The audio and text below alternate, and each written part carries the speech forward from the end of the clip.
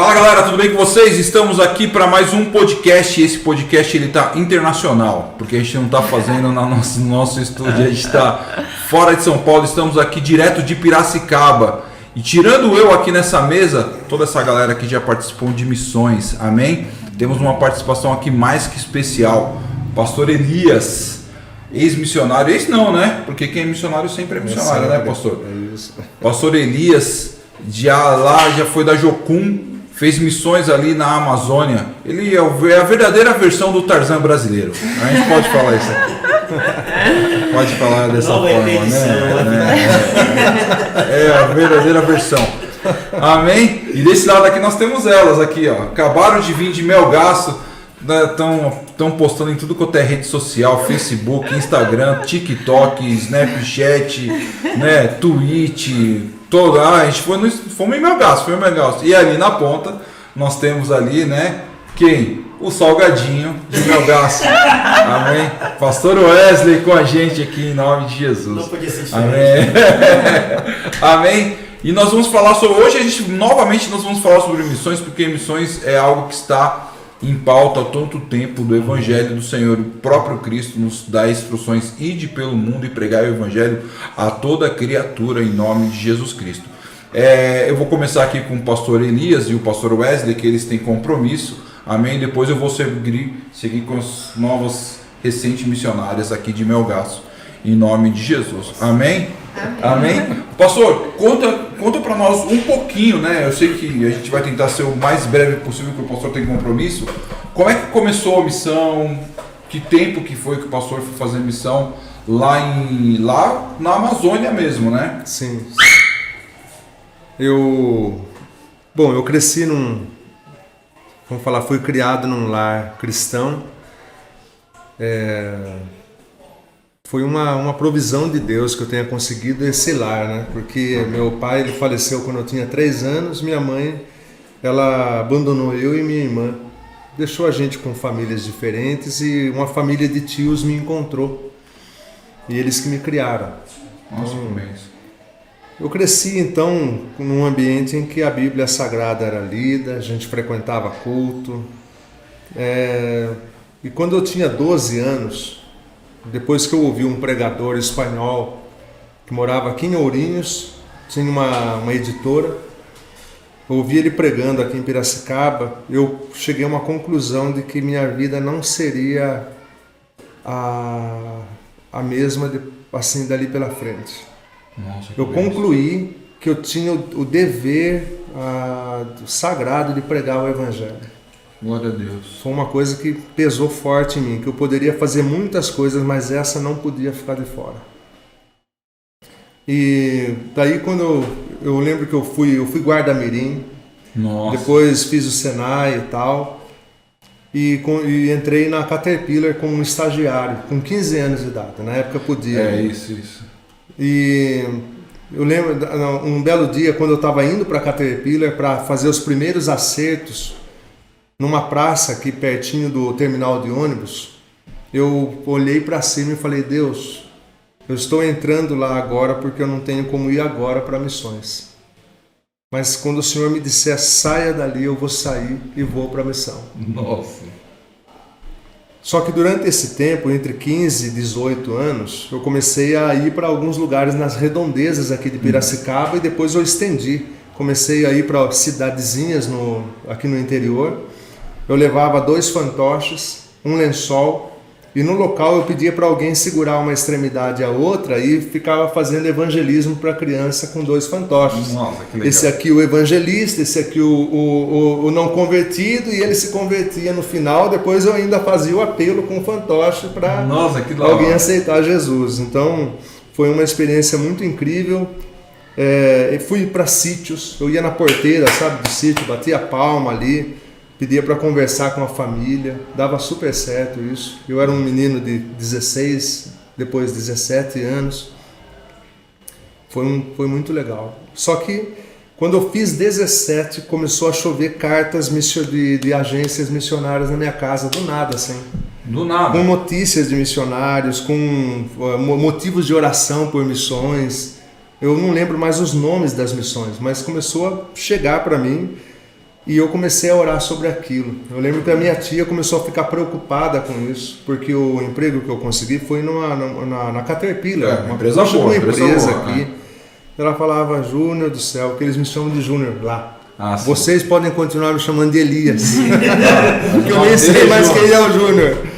Mas assim, eu falei para ela, falei, tia, não vai ter jeito. Tô me sentindo chamado por Deus, eu creio que é Ele que está fazendo isso.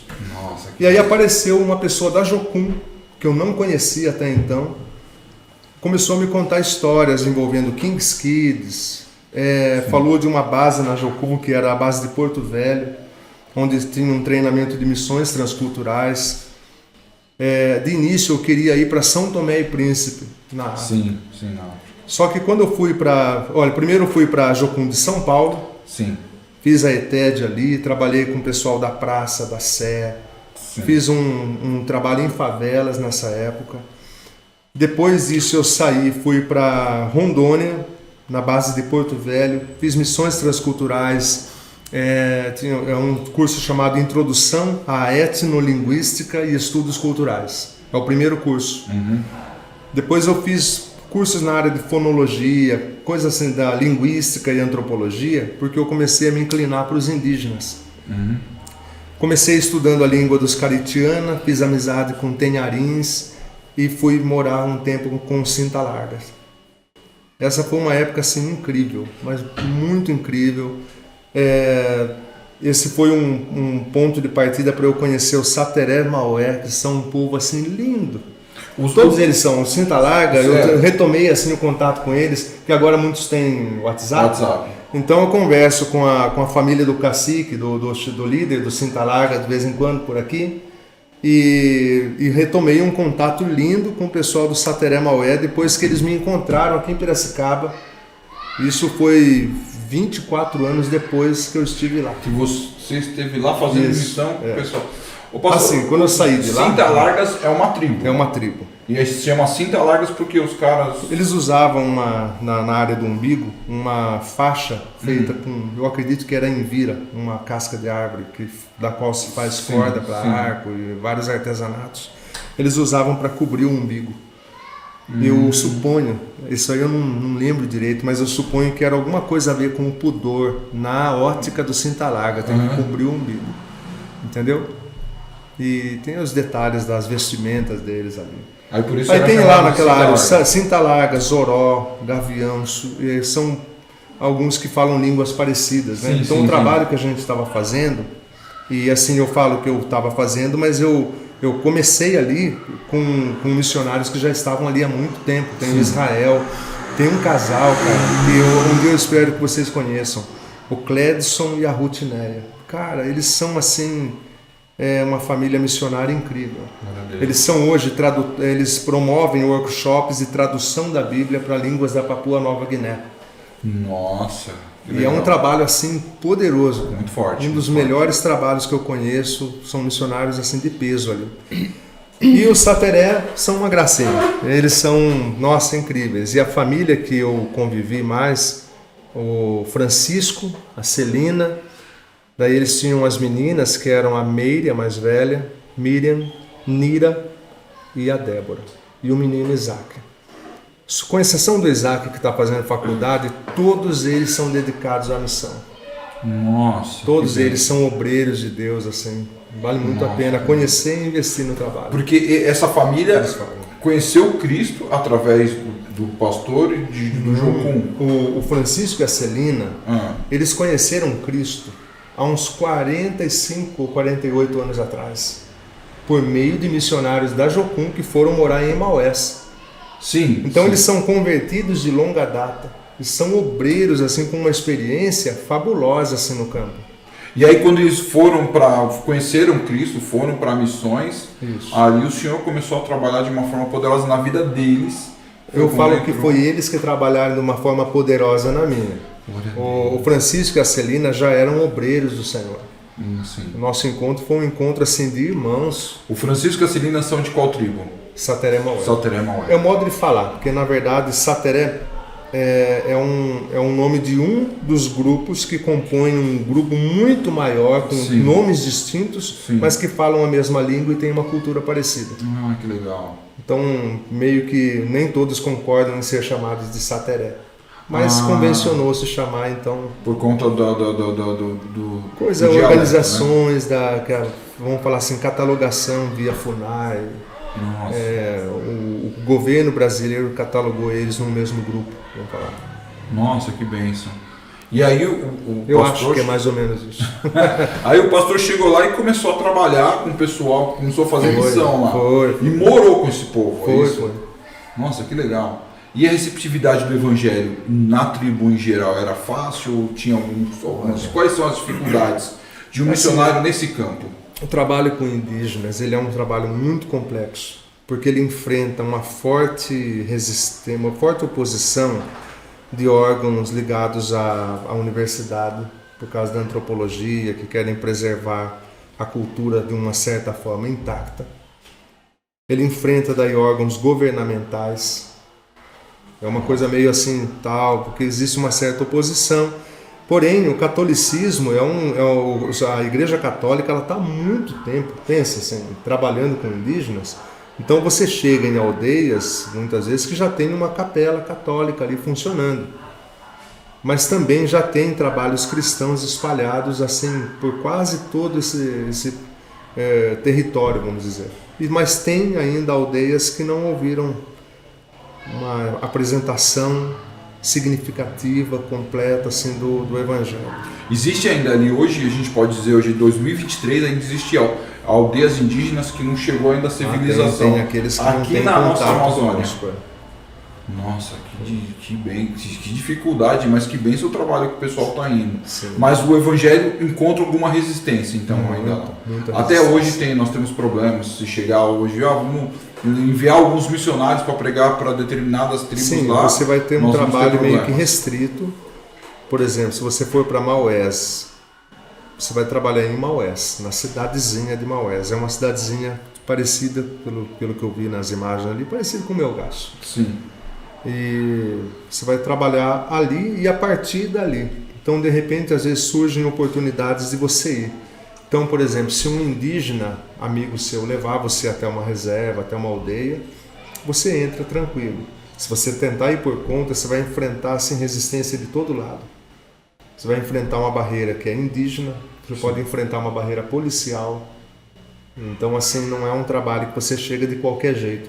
O que eu entendo hoje é assim, a ênfase social é importantíssima, mas tem um outro detalhe que é a necessidade de você se ambientar, tomar conhecimento com missionários mais experientes, com agências mais experientes, para saber como pisar nesse contexto. Ele é um contexto ultra complexo. Então, o missionário ou a agência que vai trabalhar na área indígena, ela precisa assim, ser meio que guiada até uma certa expertise para lidar com tudo. E assim, pastor, vamos supor que esteja aqui assistindo alguém que tenha essa vocação missionária, né? Quanto tempo ela teria que ter para estudar, por exemplo, para pregar o evangelho na Amazônia, aqui no Brasil? Bom, pense assim, nas cidades você vai ter contato com pessoas que já falam a língua portuguesa, então se o alvo são pessoas, ali é um campo mais fácil. Uhum.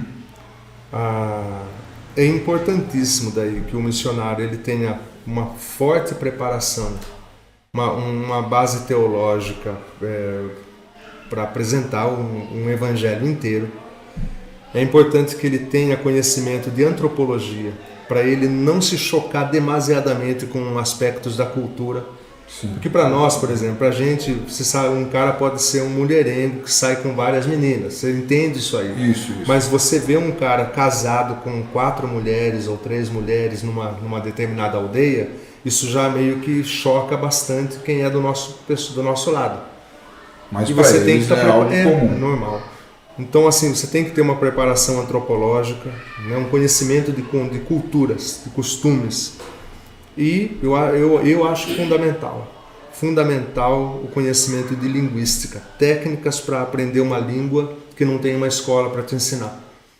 Então você entra dentro de uma aldeia e se você for um missionário à moda antiga, né, ou tiver a oportunidade de entrar e morar com eles, como era a minha intenção naquele tempo, você precisa ter algumas técnicas para ir compreendendo palavras, como funciona a estruturação gramatical, a entonação, né, como que funciona o discurso deles, descobrir se é uma língua tonal, se ela não é.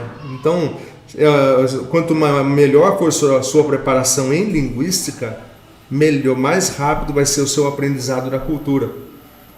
E aí, assim, tem pessoas que falam assim, não, aproveite a língua portuguesa e faça o melhor com ela. Aí que está a armadilha. A língua que fala o meu coração é a língua portuguesa, com sotaque piracicabano. Sim. E a língua que fala o coração deles é a língua materna. Sim. Então, você tem que escolher, né? Se você vai transmitir uma coisa muito estrangeira ou se você vai ter a paciência de adquirir conhecimento e vivência suficiente dentro daquele contexto para transmitir um evangelho que faça sentido. Nossa. Mas o pastor... Por mais que Jesus seja judeu, o Salvador ele é multicultural. Né? Exatamente. Mas aí o pastor, quando chegou nessa tribo, o pastor chegou, quando foi fazer missão, foi nessa tribo. Eu fui para Cinta Larga. O Cinta Larga. Foi. Aí chegou lá, o pastor aprendeu o linguajar deles, a cultura deles. Estava aprendendo. Tem gente, por exemplo, esse Israel que eu mencionei para você, o cara, os indígenas já consideram ele um Cinta Larga. Nossa. A mulher do cacique falou para mim, falou, Elias, o Israel se tornou um Cinta Larga. Bonito, né? Nossa, legal, né? Muito, muito legal. É como se eles tivessem absorvido o cara na cultura deles. Um filho. Um filho, né? E assim, depois que eu saí, quando eu cheguei ali, eu cheguei assim sem muito respaldo em termos de sustento da igreja e tal, não tinha nada garantido. Eu fui sem nada garantido, só a não ser o chamado de Deus, e assim nunca me faltou. Deus sempre supriu. Mas quando eu cheguei na aldeia, Furquim, eu levantei na manhã seguinte para ir tentar conseguir um peixe para eu comer, né? E assim, eu fui com o meu grande conhecimento de pescaria, nível 0. Não, foi horrível. Porque eu jogava o anzolzinho, lá você pesca na linha, e voltava sem a isca e sem peixe. Então, tipo assim, eu não sabia pescar. E a hora que eu tinha entrado rio adentro, assim, quando eu fui voltando, eu falei com Deus, falei, Deus, eu só tenho uma coisa em mente aqui, o Senhor prometeu que ia me sustentar. E eu estou tentando conseguir um peixe, alguns peixes que eu achava que eram peixinhos pequenos, assim, a maioria era, para mim, para o Cledson, para a Ruth e para a Rosário. Nós estamos precisando comer. Então, tá na sua mão, né? Cara, quando eu desci do barco e fui subir o barranco, eu escutei um barulho. A hora que eu olho para trás, tinha um peixe. Eu sempre tenho cuidado de medir bem assim para não virar um encontro de pescador, né? Mas foi um peixe, cara, grande, que deu pra gente comer assim, aquele dia. Foi muito bom. Nossa, mas não foi aquela pescaria da rede quase estourando, mas veio o peixe na medida para nós todos, sabe? Enfim, eu saí daquele contexto por ter ficado doente. Eu peguei uma hepatite, peguei malária, sofri horrores. Mas quando o pastor foi para lá não tinha ainda. Não, tinha vacina da malária, mas não, malária era um problema assim. Eu conheci um italiano que ele pegou mais de 140 malárias. Nossa. Ele era um loucão assim, vivia enfiado no meio da mata. Ele tinha pego muito, assim, não sei como que ele estava de pé ainda. Porque a malária, o tratamento para malária destrói o fígado seu. Sim. E eu peguei já fiquei com o fígado baleado. Imagina o cara que... Ele falava que tinha sido umas 146, eu lembro direito a conta aqui. E aí não teve como o pastor voltar para lá? Aí eu tomei outros rumos, né? Eu fui trabalhar no primeiro momento. Trabalhei numa comunidade de pescadores ao lado da represa do São Francisco. Aceitei um convite para trabalhar num centro de recuperação. E, tirando uma outra parte mais estranha, levaria muito tempo para explicar ela aqui. Depois eu me senti chamado mesmo para trabalhar com o pastoreio da igreja aqui. Assim. A igreja do Nazareno, no IPES. Quando eu cheguei, a Lídia era uma criancinha. Lídia. Tinha quantos anos, Lídia? 13 anos, mais ou menos. E quantos anos você tem hoje? Agora ela tem 30. Não parece, mas eu tenho. Faz uma caminhadinha boa já, pastor Elias. Então, foi tremendo. E aí foi assim. Porque cresceu. E daí assim, eu tenho há muitos anos insistido com a igreja, procurado conduzir a igreja numa mentalidade missionária. Não é um negócio fácil. Sim. É um assunto complicado. É difícil a igreja compreender, por exemplo, a ideia de ficar enviando sustento para fora. Sempre existe o argumento, por exemplo, poxa, a gente está precisando fazer coisas aqui, nós vamos mandar para fora. Aí eu penso, vamos fazer aqui, vamos mandar um pouco para fora, mas o missionário que está lá no campo, cara, ele está precisando de compromisso, de reforço, de comprometimento. Mas o pastor, assim, deixa eu aí eu vou entrar um pouco meio que na guerra das placas de igreja. Será que não teria um problema desse? Eu trabalho hoje com a AG, que é uma agência missionária. Eu não quero ajudar a Jocum. Ou você acha que tem isso? Ou não, tem que falar assim, eu não quero ajudar porque a minha missão é cuidar, por exemplo, da comunidade que está na rua de trás da minha igreja. Você acha? Olha, existe de tudo. Existe uma super ênfase local. Sim. Que tira do crente essa coisa de enxergar mais longe um cristianismo que está acontecendo entre as nações, a obra de Deus nas nações. Existe sim uma questão denominacional, um zelo excessivo com a denominação. E pelo menos aqui existe esse problema de a pessoa pensar, é agir e não jocum, ou jocum e não agir. Então assim, é um defeito mesmo, né? Dentro da igreja você vai encontrar isso aí. Já é um problema, não sei se vocês vão concordar comigo, mas é um problema que eu não vejo na Amazônia. Se você chega em Manaus e você vai perceber, pelo menos eu percebi isso, que existe uma colaboração interdenominacional e interagências missionárias muito grande. Que bênção, que bênção. Então, se eu converso com um cara lá que ele é um líder dentro de um trabalho que abrange todos os ribeirinhos do estado. Sim. Se não for mais.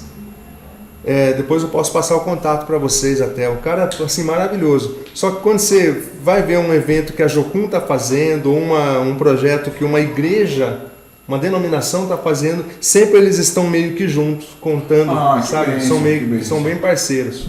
Então assim, a gente pode hoje entender que lá na região da Amazônia não existe essa competição, vamos chamar assim. Não existe. É muito, né? Eu não sei dizer. Mas assim, existe, uma forma bem que eu notei, né? que eu senti a diferença, e isso eu posso falar. Eu senti a diferença neles, assim, em como eles não criam essa separação, são colaborativos. Lógico, eu tô trabalhando aqui, então eu tenho que dar conta disso aqui. Mas eles têm um espírito de parceria bem interessante. Isso é importante, né? Legal. Quando eu estava indo para lá, eu me conectei com um pastor da igreja presbiteriana aqui de Piracicaba, um cara maravilhoso. Acho que é o pastor que mais entende de missão indígena no país. Glória a Deus. Ele é da diretoria da MTB, ele é um cara assim, o maior entendedor disso é esse cara. E ele me conectou, ele pegou e falou assim, vou te passar aqui o contato do Ronaldo Lidório, passar o contato do fulano, desse crânio, da missão tal, ele me deu todos os contatos. Eu tinha, por exemplo, fui para lá, se eu quiser hoje ir para lá, eu tenho onde dormir, por exemplo. Nossa. Não vou passar problema. Ele criou uma conexão. Por exemplo, tinha indígenas que estavam doentes lá em Maués e estava tendo uma dificuldade muito grande para eles conseguirem acessar o sistema médico. Sim. Liguei para esse pastor, ele falou, vou te colocar em contato com o diretor da saúde indígena no estado do Amazonas, me pôs em contato com o cara, resolver o problema dos indígenas lá. E assim, quando um missionário ele chega, por exemplo, numa aldeia indígena, qual é a maior dificuldade? Seria o pajé, porque o pajé seria o líder espiritual daquela aldeia, ou seria um outro tipo de dificuldade? Qual a maior dificuldade de um missionário dentro de uma aldeia indígena? Olha, dependendo do estado em que ela se encontra, de comunicação com a nossa cultura, vai depender, por exemplo, dele conseguir responder o que ele foi fazer ali. Se ele foi com a mão abanando, os indígenas vão questionar: peraí, você veio de lá da cidade com a mão abanando aqui, não trouxe nada? Porque ali levar alguma coisa é uma questão de sobrevivência para você e para os demais. Pode haver um problema com a liderança da aldeia, pode haver também. Pode haver um problema com alguma denominação que já tenha plantado um trabalho e não queira alguém que eles vão entender como um concorrente, pode haver também. Mas o caso mais engraçado e assim estranho que eu vi acontecer foi com uns amigos. Eu não vou mencionar o nome da aldeia aqui, porque da tribo, porque é um nome que não pode sair de jeito nenhum. Legal. Mas eles foram recebidos assim, com flechas apontadas para eles,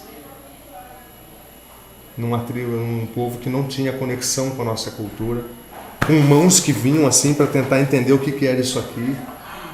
Era uma tribo completamente fechada. E aí, a hora que viu, estava todo mundo sem roupa, igual os indígenas. E todos receberam um aparatozinho para colocar em frente os órgãos genitais. O dos homens é amarradinho assim, na parada lá, e preso na cintura. Das mulheres é um paninho que vai na frente assim. E para eles isso é o suficiente para garantir o pudor, a decência e os bons costumes do local, entendeu? Só que o maior desafio foi a hora que eles viram aquele monte de lança, flecha, aquele pessoal gritando. Eles pensaram: viramos o churrasco a refeição da semana. Nossa. E não foi isso, foi um pouco. Mas aí eles conseguiram entrar. Conseguiram. Tentaram de alguma forma a comunicação, pregaram e estabeleceram uma. É uma história linda.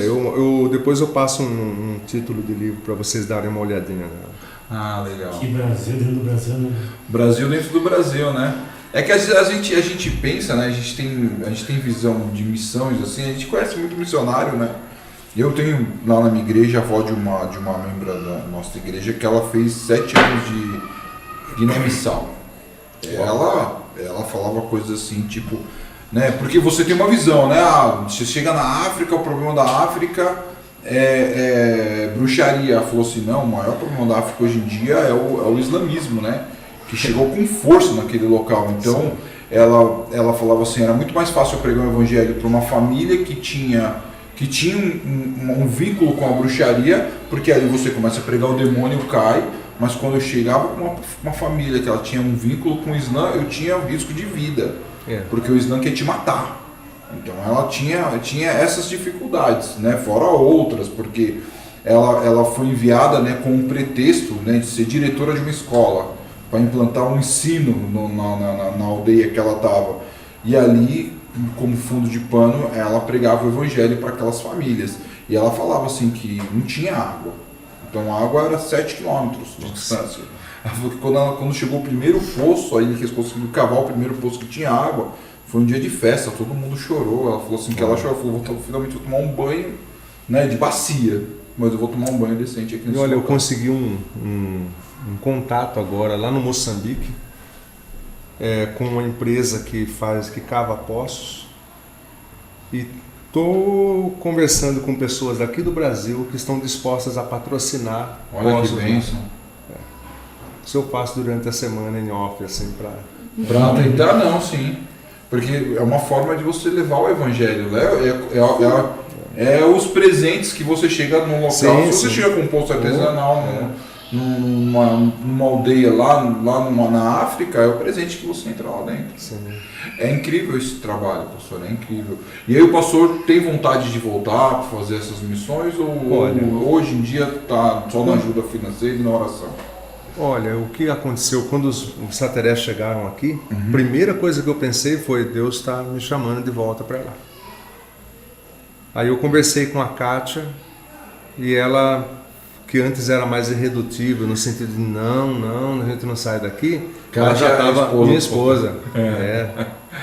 E a Kátia, cara, pensa numa pessoa que tem um coração no reino. Glória a Deus. Olha. E daí assim, nós fomos para Maués, quando a gente estava lá, ela olhou para aquilo e falou assim, Elias do céu, se Deus nos chamar para cá, nós seríamos muito úteis aqui. Eu falei, então nós vamos orar. E a gente orou. Até agora, eu percebi que eu me fico muito bem posicionado na mobilização. Em procurar conectar pessoas, conectar um missionário com o outro. Eu consigo fazer isso. O missionário tem uma necessidade, eu consigo conectar ele com a pessoa que vai ajudar ele. Sim. Você vai, por exemplo, falei para vocês dos ribeirinhos, eu conheço pessoas que estão no centro da missão de ribeirinhos em Manaus. Legal. Então, assim, eu gosto de fazer isso e gosto de levantar sustento para os missionários. Então, aqui em Piracicaba, nós temos algumas igrejas que enviam sustento para missionários diferentes no Amazonas e também alguns estão na Turquia. Nossa, na Turquia Então, assim, eu fazendo esse meio de campo, eu tô dentro de uma coisa que eu estou gostando de fazer e que me coloca dentro do contexto da missão, né? Sim, com certeza. Além do fato de que há um tempo atrás, eu pedi que Deus me desse um campo aqui dentro. Falei, Deus, me arruma um campo para eu falar um pouco com descrentes, com pessoas, né, que não estejam ligadas à igreja, porque eu gosto muito de fazer isso. E aí Deus me conectou com a Polícia Militar aqui na cidade. Então, assim, eu faço parte da capelania militar. Nós vamos toda semana em diferentes bases da Polícia Militar para levar uma palavra, para fazer oração com os caras. Olha que bênção. Então, assim, eu faço muita coisa. Glória a Deus. Então o pastor não se desvencilhou da missão. Não tem jeito. A missão está aí no coração. É que assim, às vezes as pessoas pensam no missionário, até a primeira vez que o pastor Wesley foi no nosso podcast, ele falou, não é só você estar lá, uma oração. Olha, o mobilizador, ele é essencial. Ele é essencial. Porque depois que o missionário está no meio do campo, lá está numa comunidade ribeirinha, se ele não tiver pessoas aqui agenciando isso, mobilizando recursos para ele poder ficar lá, ele não aguenta. Ou ele fica magoado ali, tem uns que se desviam no campo mesmo, ou ele acaba voltando com aquela sensação não só de derrota, mas de vocês não fizeram a parte de vocês. Então eu acredito que a mobilização, ter pessoas dentro de igrejas locais, construindo secretarias de missões, levantando parceiros para sustentar missões, cara, isso aí é missão. É isso mesmo. Mas a questão está em aberto, né? Sempre esteve. Então, se Deus falar isso, mostrar que Ele quer isso, a gente não vai hesitar. Aí é bênção. Mas não vai hesitar, o sim já está dado. De verdade. Mas eu acho. Aqui, ó. Não, ela sabe.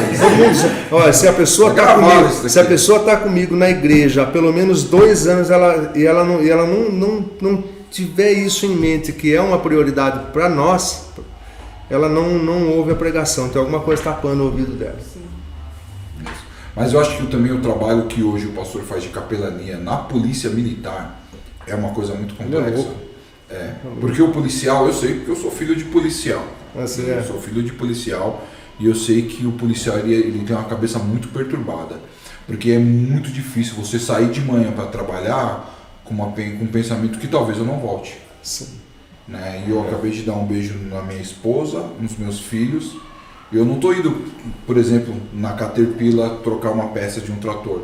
Não. Eu estou indo falar com um sujeito que também está armado, que pensa em me matar. Exato.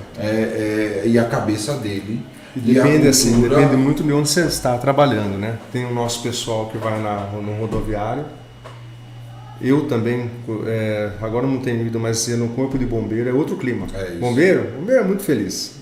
Assim, o clima lá é muito legal, porque eles não trabalham em enfrentamento de pessoas, enfrentamento de circunstâncias, do fogo, da água e tal. Vai pra salvar, né? Arriscado também, mas eles têm um trabalho num outro grau, num outro nível de humor. Tem o pessoal, por exemplo, do Batalhão de Ações Especiais, ali é um clã, cara. Outra cabeça. Outra cabeça. E tem o pessoal da patrulha. Esses daí são, acho que passam a maior atenção. Sabe por quê? Eu vou falar por quê. Eu vou falar isso, eu passei isso na minha casa. O policial, ele chega, ele tem a casa dele perfeita. A casa dele é normal. Né? Ele tem ali o pai, a esposa, a mãe, o filho. É normal. Uma vez meu pai, ele saiu pra Honda e ele voltou muito revoltado, e minha mãe falou assim na época, o que aconteceu com você e tal? Ele falou assim, acabei de prender uma quadrilha. Ele falou, uma quadrilha? Sim, é uma quadrilha composta pelo pai, pelo filho e pelo neto. Aí a minha mãe, nossa, eu não esqueço dessa história. Ele falou assim, o pai era um estelionatário que roubava carro. O filho foi no mesmo caminho. Só que o neto era uma criança cega. Agora o que eu faço com a criança? Para onde eu mando a criança? E ele sabia que se ele mandasse, por exemplo, hoje eu estou com 50 anos, na época eu tinha 8, 9 anos. A criança tinha a idade do meu irmão mais novo, 6 anos de idade. Ele falou, o que eu faço com a criança? Vou mandar ela para a FEBEM? O que a FEBEM vai fazer com ela? E ele não conseguia dormir. E aí a gente era criança, a gente não entendia muito o meu irmão mais velho entendia um pouco mais, né? Ele falou assim, nosso pai está passando uma situação difícil, né? E a gente tentando conternar aquilo, aí o delegado falou, olha, o delegado, a mulher sempre quis ter um filho, e eles assumiram o propósito de adotar a criança. Então eles adotaram a criança, aí meu pai conseguiu se acalmar. Mas não é uma coisa comum, não é uma coisa que você vê no dia a dia. Porque você pode até ver uma família que tem um pai, a mãe e um filho cego. Mas o vô é ladrão, o pai é ladrão, e eles vão ser atuados dentro da lei. E o que você vai fazer com uma criança que é inocente nessa história toda? Então ali a cabeça do meu pai ficou muito perturbada. Então o policial, por mais que não seja obviamente uma situação da qual ele está vivendo aqui no país, está vivendo dentro da civilização, mas eu acho que a cabeça dele ainda vai longe, né? É muito complexa, muito complexa, pastor. Mas eu acho que é um trabalho ainda muito forte, né? É um trabalho muito forte, assim, a gente poder olhar e falar, tratar partes da nossa sociedade que não tem um contato com Cristo, porque os que têm contato com Cristo entendem que aquilo ali, uma oração, tem muita coisa que se resolve com a oração, né? Uma pregação de evangelho, um conselho, tudo bem, mas a grande maioria não. Aí quando você chega numa situação de indígena, que eles não têm, eles nasceram daquela maneira, para eles aquilo ali é comum, né? Tem o pastor Wesley, a última vez que foi um podcast, que ele tinha voltado de Melgaço, ele voltou de Melgaço, né, pastor? Aí ele me ligou e falou assim, eu parei aqui e fiquei olhando os prédios e, né, sem entender o que estava acontecendo. Aí ele falou para mim assim, 2 horas de Melgaço é um fim de semana de Radical. Ele falou, né, porque é algo muito forte. Porque é o radical para valer, né? Porque não é uma simulação. Na missão é o radical para valer. Eu falo assim, eu não posso dar detalhes aqui, mas eu já tive com arma apontada para mim, dentro daquela época, com 19 anos de idade. Sobre ameaça de arma, então assim, teve muita coisa de pessoas embriagadas na beira do rio, querendo me esfaquear porque eu era branco, foi pesado, tem muita coisa pesada. Nossa, forte mesmo, hein, pastor? Forte mesmo. Muito forte. Então assim, a dramatização, né, do radical, ela é importantíssima para a pessoa ter uma corda assim. Mas a hora que você vai para o campo missionário, ele pode parecer pacato. Você tem o Paulo fala que nós não lutamos e não temos que lutar contra carne e sangue. Sim. Então, quando você atravessa a fronteira do lugar que você está acostumado para um outro, para levar o evangelho, você vai enfrentar algum tipo de resistência espiritual. Mesmo que ela não seja a mão armada, que você fala, eu estou correndo risco de vida, cara, não importa. Pode ser pressão psicológica, pode ser do jeito que for, você vai enfrentar. Você precisa ter tanto o preparo em dia, né, uma vida com Deus, quanto ter pessoas que estejam na retaguarda ali, sustento financeiro, Oração por missões, sem cansar, mesmo que não estejam vendo os resultados, né? É desanimador para a igreja falar, vamos orar hoje pelo missionário fulano que está lá em Portugal, e às vezes você fala, cara, não estou vendo resultado, não estou convivendo com ele. É desafiador para a igreja perseverar na oração quando ela está orando por um assunto que não gera aquele engajamento assim. Sim. Na minha época, nós tínhamos que escrever 200 cartas à mão, porque as pessoas não gostavam de receber xerox. Se escrevesse uma carta, tirasse um xerox e mandasse para 150 pessoas, 200 pessoas, para contar como estava sendo o seu tempo ali na missão, alguns nem abriam. Olhavam assim, mandou xerox, não é para mim. É igual quando a pessoa, você entendeu? Então nós tínhamos que sentar lá e escrever, oi fulano, saudades de você, como está sua mãe, como está seu pai, estou passando para te contar um pouco.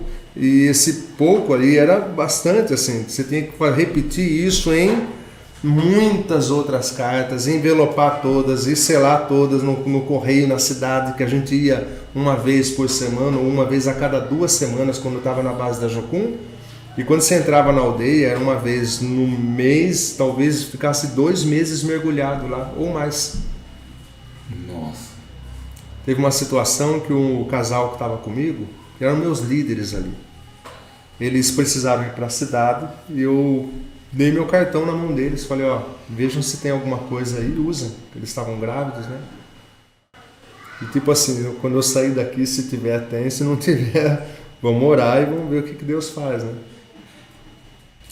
É desafiador. Ali isso é radical no osso, assim. Você vê que vale a pena ter esse ambiente, né? De dar esse relatório. Só que o fato de já ter um missionário já no campo, já não precisava gerar isso, né? Porque se ele está no campo, ele está na guerra, ele está na briga. Então assim, não deveria ser a preocupação do missionário mandar para lá. E sim a igreja saber se ele de fato está sendo sustentado. E Paulo fala muito bem sobre isso no livro de Filipenses, né? E quando ele menciona ainda que só uma igreja que conseguiu chegar para ele e mandar um sustento para ele. Você percebeu? Então você percebe assim que isso não é novo, né? Isso já é um desafio muito grande.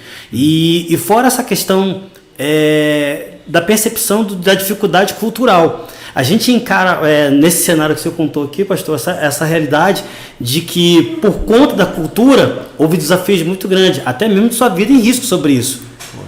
Mas isso aí poderia ser, mas só acontece lá. Não. Hoje, a realidade que a gente vive hoje é que nossa vida está em risco, nesse momento presente, em qualquer ambiente. Desde o momento que você se alista para esse exército, para o evangelho, está acontecendo isso. Maranata, a hora vem, Senhor Jesus. Amém. Mas a realidade é que quanto mais nós devemos nos preparar para algo muito específico, a missão ela tem que ter realmente de fato esse foco de chegar até as vidas. E qual o preço disso? Entende? Não tem como você escolher o campo. Pode ser que tenha algumas pessoas que têm chamado específico, que foi como você comentou aqui, né? Fazer um pouco de alusão. Assim, mas a dificuldade é mais para chegar em Melgaço, aqui não é tanta dificuldade. É porque talvez Deus preparou pessoas para Melgaço, ou para ir para o Mauex e outros ficarem aqui. Assim como preparou Pedro para pregar para os judeus e preparou também Paulo para ir para os gentios. Mas ambos levaram isso com muita veemência, com muita verdade e principalmente com muita entrega. Porque mandar a Lídia para lá. Porque de fato o mar está grande. Foi o que Jesus falou assim: você vai pescar em tal lugar, vai vir muita gente. Mas é preciso se preparar, precisa se entregar, precisa se converter. E esse tem sido cada vez mais o desafio. E glória a Deus porque isso está acontecendo. Um testemunho como esse do pastor Elias, trazendo toda essa experiência e também dando essa conotação, e da sua igreja, que é algo que precisa ser derrubado de fato, né?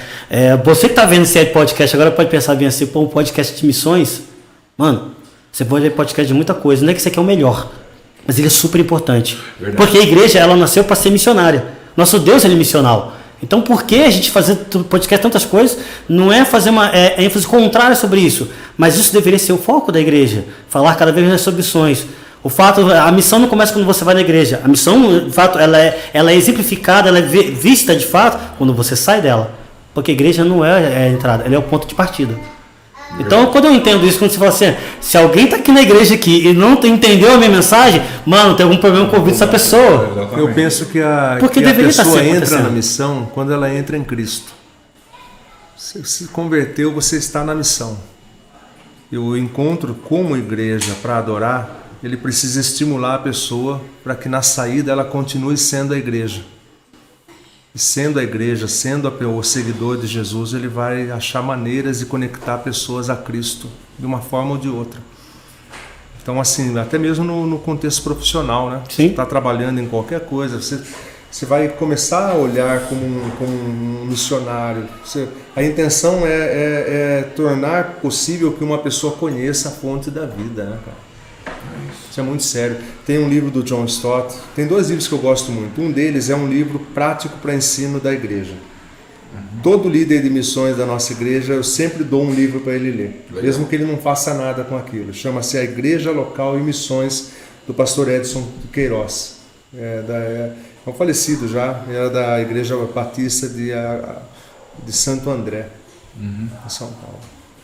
E o outro livro chama-se Nosso Silêncio Culpado. Nossa. É um livro do John Stott. Nosso Silêncio Culpado. É um livro importante para a igreja. Eu acho bacana quando a gente olha essa questão da igreja, por esse ambiente aqui, né, que a gente está conversando e discutindo sobre essa questão de missões de pessoas que estão, assim, aparentemente distantes da gente, no nosso entendimento, na nossa cultura e tudo mais. E tudo isso Jesus vai dando maneiras disso acontecer.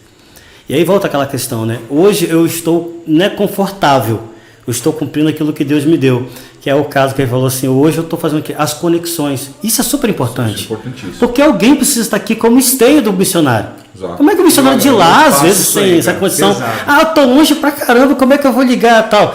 Você imagina o cara naquela época ter que mandar 150 cartas, parceiro, desculpa, não ia rolar não. Ainda bem que tem internet, graças a Deus. Mas eu teria dificuldade, mas olha como é que era. Imagina Paulo também fazendo isso. Se a dele demorava uma semana, de aula de Paulo demorava anos. Verdade. Tá entendendo? E hoje nós temos tudo isso, então assim, ter uma pessoa para fazer isso é bem bacana. E é nesse contexto que eu consigo hoje me enxergar, né? Como coordenador de uma agência missionária aqui em São Paulo, poder enviar pessoas é assim, algo maravilhoso. Eu fiz a primeira viagem missionária no ano passado para Melgaço. Na verdade, quem foi primeiro foi minha esposa. E aí, quando ela estava lá, eu já estava conversando já com o pastor Elias, ela gritou, mano, não tem Bíblia aqui, o pessoal está querendo Bíblia. Mano, lá o pessoal passa fome, velho. Nossa. O pessoal passando fome, elas vão poder dizer aqui com mais até propriedade agora que foram lá, o pessoal passa fome. Não, a gente quer Bíblia. Mas você sabe ler? Eu vou aprender a ler com a Bíblia. Sim. Mas aí como que de lá o missionário vai conseguir Bíblia? Liga de lá, faz as conexões e liga para a igreja, liga para um monte de lugar e manda um caminhão de Bíblia para lá. Você está entendendo? Então assim, ter uma pessoa para poder fazer essa logística aqui, isso também é missões. Sim. Você tem uma ideia? Os indígenas Sateré Maué, na cidade de Maués, estavam sem Bíblias na língua deles. Que é um desafio muito grande conseguir essas Bíblias, né? Cara, eu fui conversando com um por telefone, quando eu cheguei aqui, fulano, você conhece, sabe alguém que imprimiu?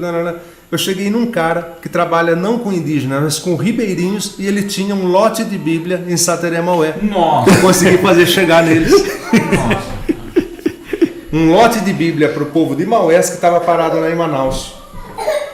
E o cara levou pro pessoal. Ele levou, mandou por eles. Deus. Essas conexões, cara, fantásticas, entendeu? Deus. Eu imagino que é Deus trabalhando, né? Se fosse fazer um relatório com tudo assim, dava uma lista boa de coisas. É Deus mesmo, né? Essa questão de missões, seja ela para você executar ou você fazer parte do processo, é muito importante, que é nesse caso que a gente fala assim, ouvir a voz de Deus, né? Sim. Porque ninguém, você pode até fazer essa força, né? De ter o recurso e ir por si só. E a gente aprende, né, que isso funciona, mas vai fluir. Porque quem quer fazer algo grande não faz sozinho. Sim. Tem que envolver pessoas. E talvez uma multidão de pessoas. Porque no final das contas, a missão não tem a ver com o Sateré Maués, não tem a ver com o Melgaço. Tem a ver comigo, tem a ver com você. Tem mais a ver comigo.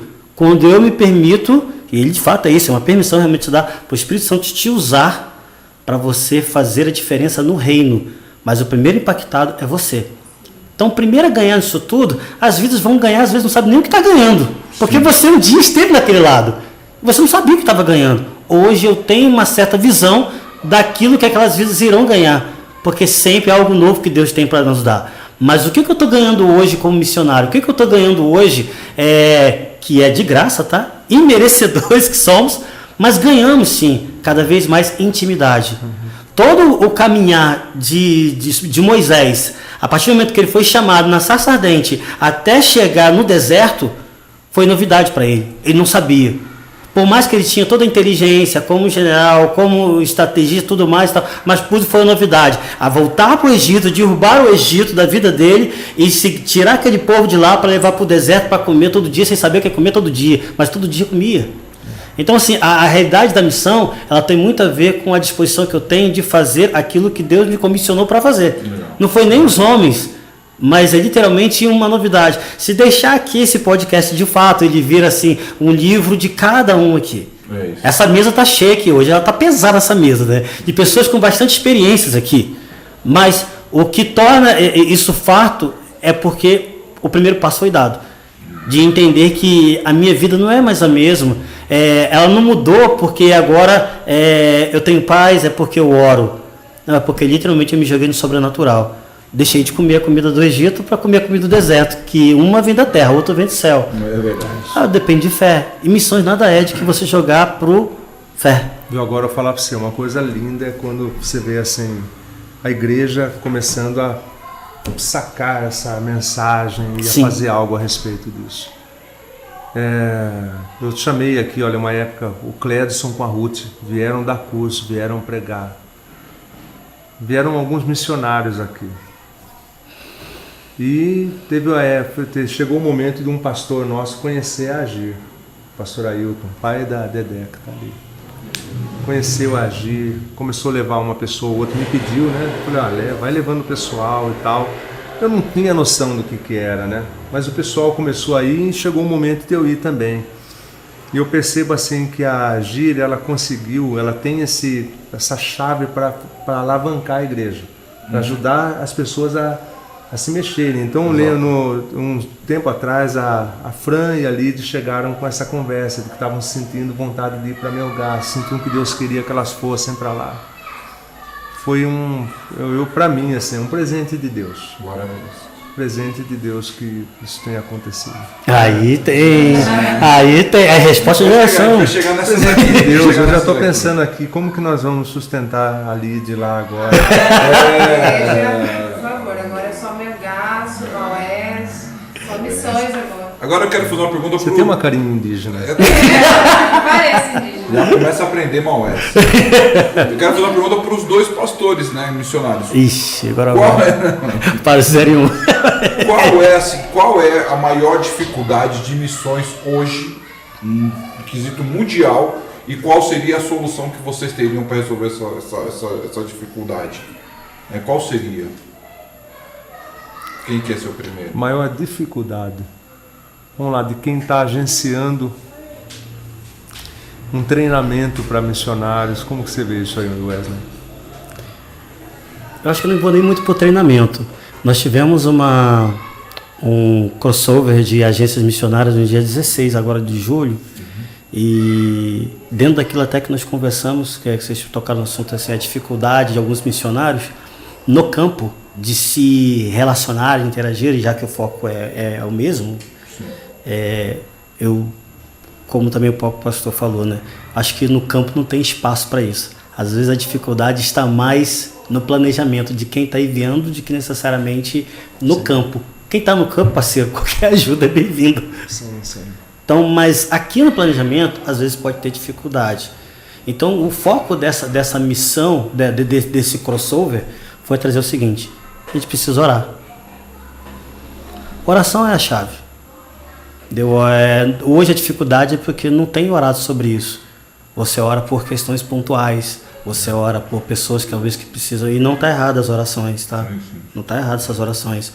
Por alguém que está sofrendo de casa. A gente ora no contexto de uma vida agitada. Exato. Uma agenda apertada. Como se isso fosse definir a nossa vida. E isso, infelizmente, queira você aceitar ou não, biblicamente, ela faz parte do seu contexto de vida aqui. No mundo tereis aflições, vai ter de bom ânimo, eu venci o mundo. Não quer dizer que você não possa orar, mas no contexto de missões, essa oração não deveria faltar. E essa oração falta. A gente ora pela questão da agitada, nossa dinâmica da nossa logística, nossa diária, tudo mais e tal, mas não tem esse propósito de orar por missões.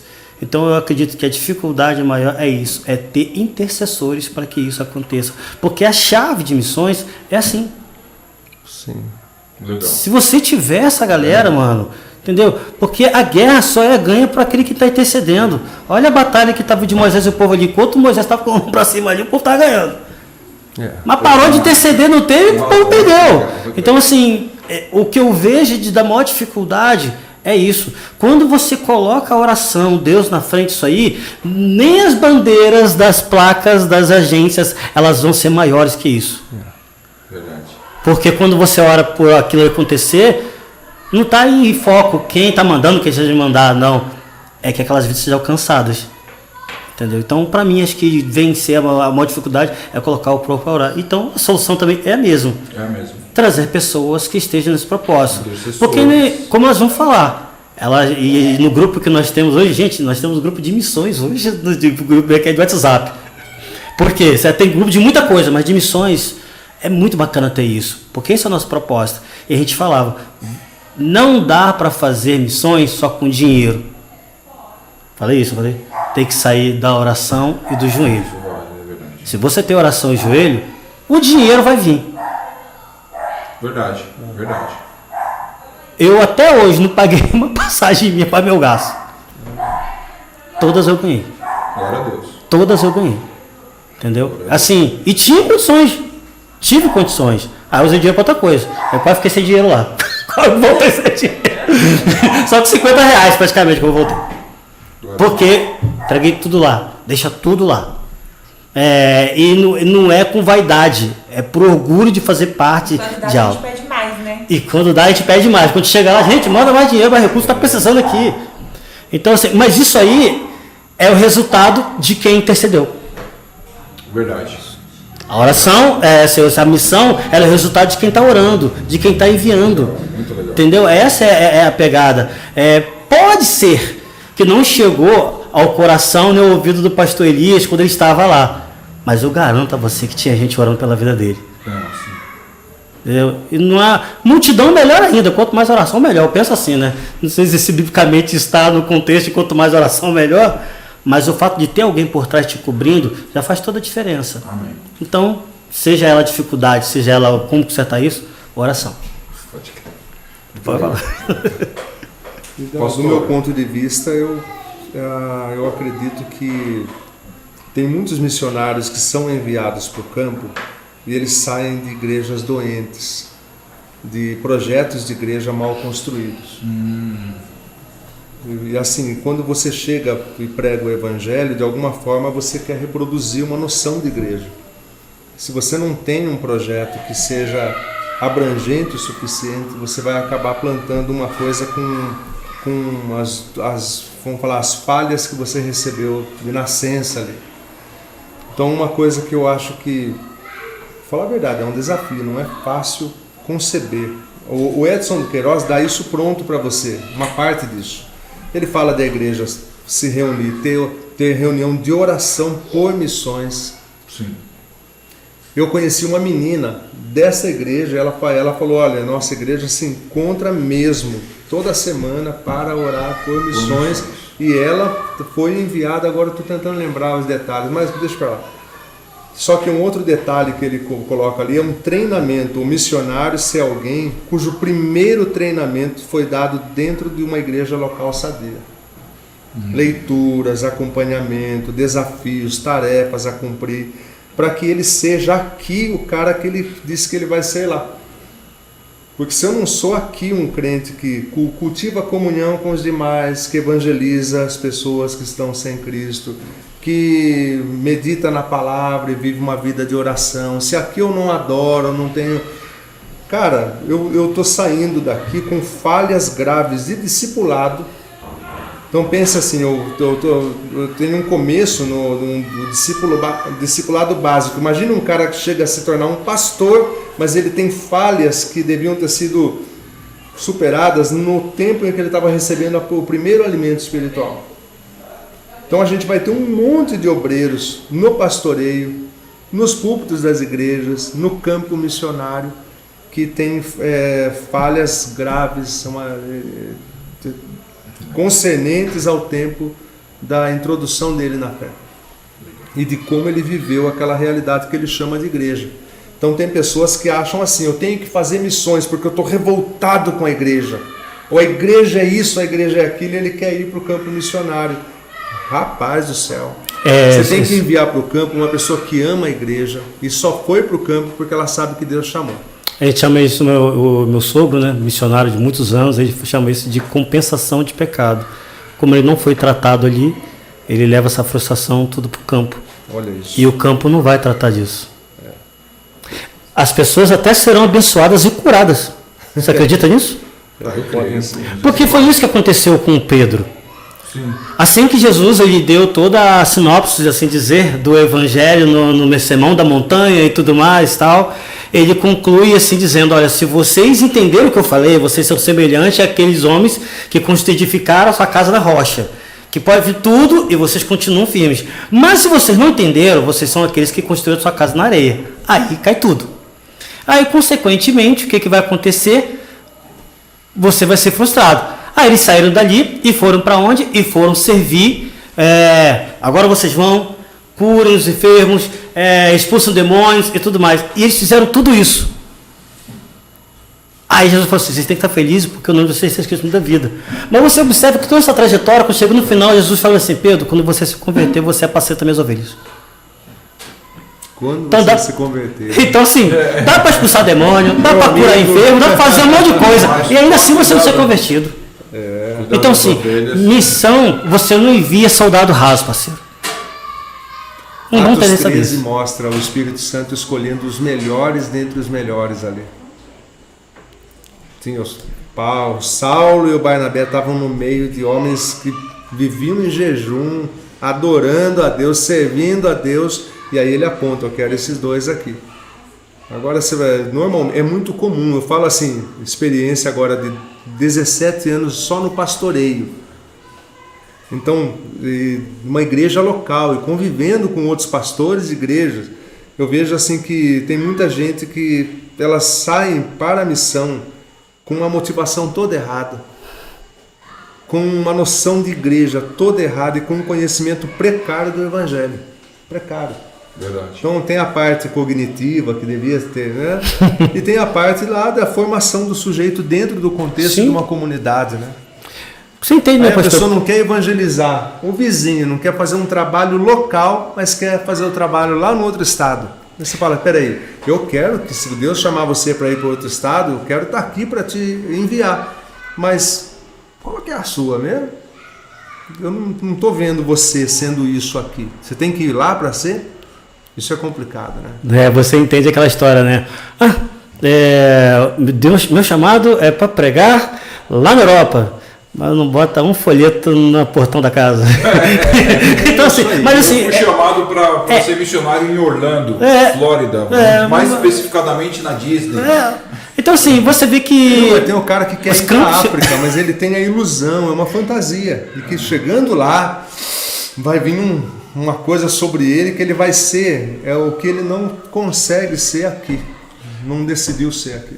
O campo, ele é uma chave de mudanças espirituais muito grande, mas ele é pesado, porque você não vê nada fácil para missionário, não. Eu não consigo ver. Me diz aí onde é que é. Não estou dizendo que vai ser uma regra, mas ele é pesado. Não é pesado não só porque ele pode ser caro ou barato, não, é porque ele vai exigir muito de você. Então, se você não está preparado, parceiro, procure ver. Como, por exemplo, agora, elas vão falar com muita tranquilidade agora a experiência delas, mas não é literalmente aquela questão de dizer assim, o meu chamado é meu gasto. Não, meu gasto abriu as portas para vocês e com certeza tem algo maior para a vida de vocês. Aleluia. Amém. Louvado seja o nome do Senhor. Amém, irmãos. Foi realmente uma bênção a gente estar aqui com eles. A gente vai ter que dar uma cortada nesse podcast agora, porque os pastores têm compromisso, mas eu quero vou voltar aqui. Vamos voltar para o Piracicaba, eu e o pastor Wesley, né, para a gente falar mais. Eu quero saber mais das missões, quero saber mais notícia, e a gente vai estar programando muitas coisas aí sobre missões, porque a gente precisa despertar a igreja para orações, né, obviamente para as missões e para poder o evangelho chegar em tudo quanto é lugar, para Jesus vir logo, né? Porque a gente não aguenta mais isso.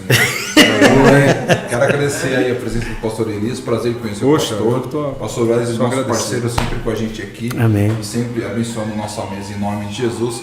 Que Deus abençoe você. E não fica longe da gente não, porque a semana que vem a gente tem a continuação desse podcast, hein? Se liga nessa ideia.